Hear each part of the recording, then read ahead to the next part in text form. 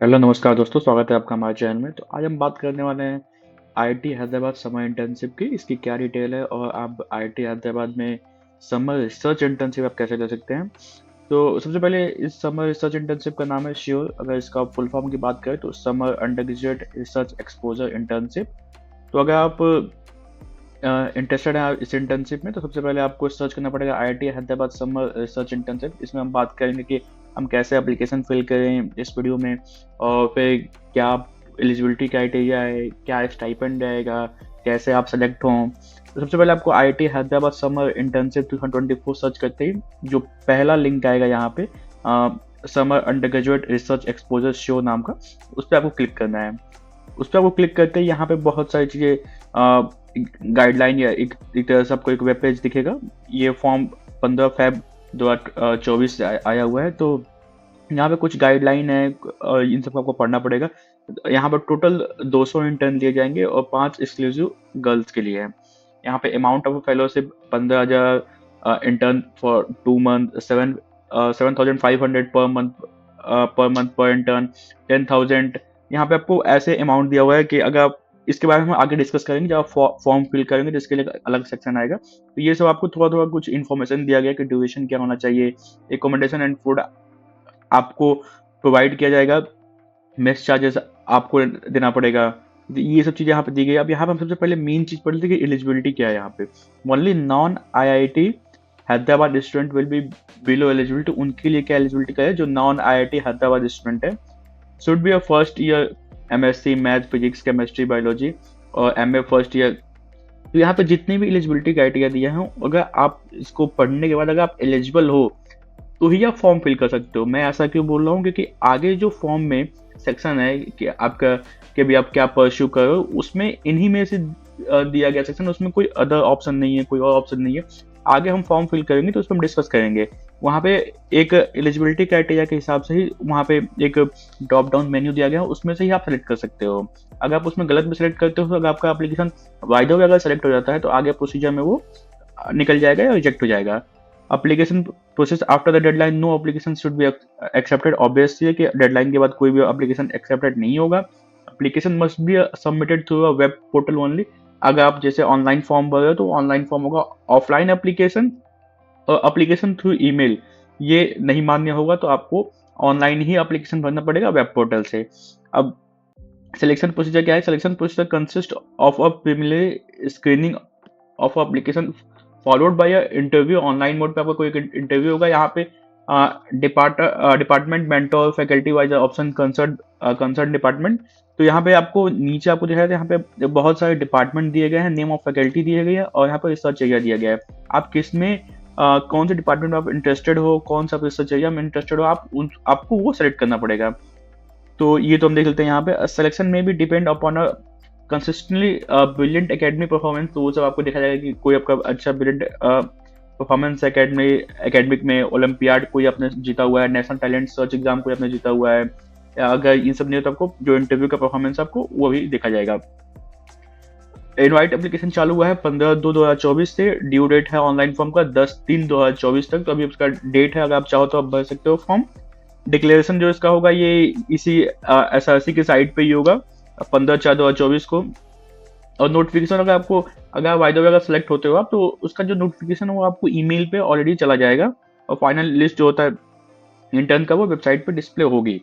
No separate communication shall be send to the not selected candidate. ठीक है, कोई separate अगर आप सेलेक्ट नहीं होते हो तो आपके पास कोई ईमेल नहीं आएगा, कुछ नहीं आएगा।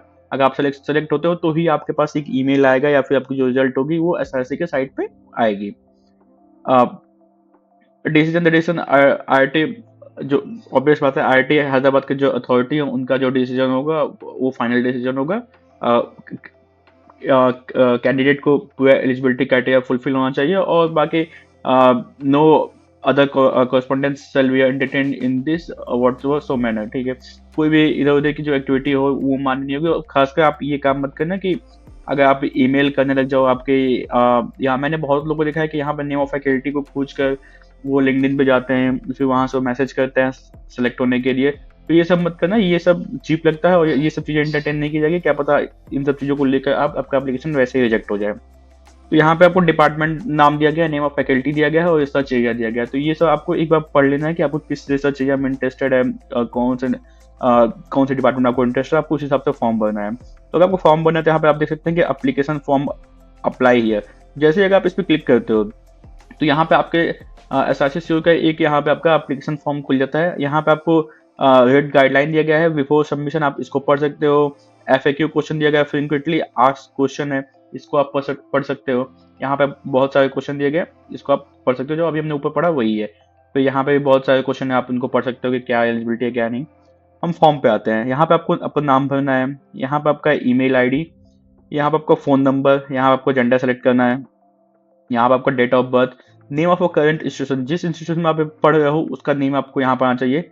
करंट कोर्स आप कौन सा स्टडी कर रहे हो, मैंने बोला था कि वहाँ पे जो पीछे जो एलिजिबिलिटी क्राइटेरिया थी वही सिर्फ इसमें ऑप्शन दिया गया है कि आप इनमें से ही सिलेक्ट कर सकते हो कि आप क्या चीज़ अभी परस्यू कर रहे हो, कौन सा डिग्री कौन सा कोर्स आप अभी परस्यू कर रहे हो। यहाँ पे स्पेसिफिकेशन दिया गया है कि second year BTech, third year BTech, first year MA, first year MSc physics. तो जो वहाँ पे एलिजिबिलिटी क्राइटेरिया वही यहाँ पे आपको ऑप्शन दिया गया है, यहाँ पे कोई अदर ऑप्शन नहीं है। अगर आप इसमें से कोई परस्यू कर रहे हो तो ही आप नेक्स्ट जा सकते हो, तो ही आप आगे एप्लीकेशन अपना फॉरवर्ड कर सकते हो, वरना आपको यहीं पर खत्म कर देना पड़ेगा, क्योंकि जो इसमें से कोई अदर ऑप्शन है नहीं, क्योंकि इसमें से ही आपको कुछ ना कुछ सेलेक्ट करना पड़ेगा। यहाँ पे आपको SGPA स्केल की अगर आप परसेंटेज पे हो या फिर अगर आपका SGPA है तो वो सब आपको यहाँ पर सेलेक्ट करना पड़ेगा। ये आपकी यूनिवर्सिटी टू यूनिवर्सिटी डिपेंड करती है कि SGPA में आता है कि परसेंटेज में रिजल्ट देता है, CGPA स्केल क्या है, वो आपका यूनिवर्सिटी टू यूनिवर्सिटी आपको यहाँ पे वेरी करती है। और यहाँ पर आपको सबसे पहले मीन जो है वो कि आपकी department of your interest to pursue your internship, अब किस डिपार्टमेंट के अंडर आप अपना जो इंटर्नशिप है वो आप परस्यू करना चाहते हो। डिपार्टमेंट ऑफ आर्टिफिशियल इंटेलिजेंस, यहाँ पे बहुत सारे डिपार्टमेंट है, जो अभी मैंने आपको पीछे पूरी की पूरी लिस्ट दिखाई थी, वो पूरी की पूरी लिस्ट यहाँ पे था। आप इसमें से जो भी आपका डिपार्टमेंट होगा उसको आप सिलेक्ट कर लेना। अगर अगर मैं यहाँ पे department of artificial intelligence select करता हूँ तो वहाँ पे कौन से मेंटोर होंगे वो लिस्ट में दिया होगा कि कौन सा मेंटोर जो है कौन सा प्रोजेक्ट हैंडल कर रहा होगा। तो आप वहाँ पे देखकर उस मेंटर को आप यहाँ पर सेलेक्ट कर सकते हो। आपका प्रेफर्ड ड्यूरेशन क्या होगा, यहाँ पे आपका प्रेफर्ड ड्यूरेशन के हिसाब से आपको यहाँ पे ऑलरेडी स्टाइपेंड भी दे रखा गया है। अगर 15 मई टू 15 जुलाई यहाँ पे 2 मंथ का है तो आपको 15,000 मिलेगा। Any time between 15 May 2024 15 July 2024 1.5 month का है तो 10,000 मिलेगा। Any time between 15 May to 15 July का 1 मंथ का है तो 7,500 मिलेगा। तो यहाँ पे आगे आपको कंफ्यूजन की कोई जरूरत नहीं है, जो क्राइटेरिया है या फिर जो स्टाइपेंड जो मिलेगा वो ऑलरेडी आपको यहाँ पे डिफाइन कर दिया गया है।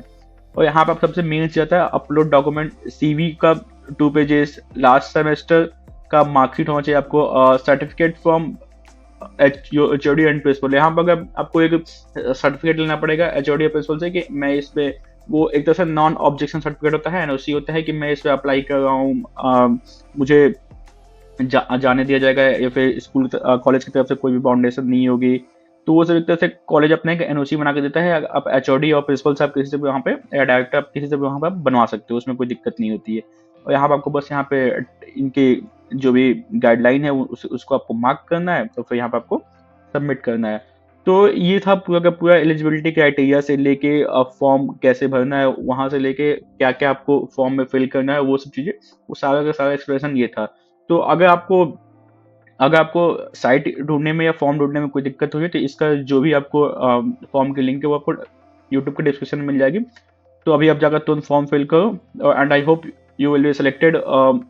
सो अगर आपको वीडियो अच्छा लगा तो आप वीडियो को लाइक करो, चैनल को सब्सक्राइब करो। अगर आपको कोई भी प्रॉब्लम है या कोई भी दिक्कत आ रही है तो मुझे कमेंट करो, मैं उस कमेंट पे अप्लाई करके आपको प्रॉब्लम को सॉल्व जरूर करूँगा। तो आज के लिए बस इतना ही। जय हिंद, वंदे मातरम।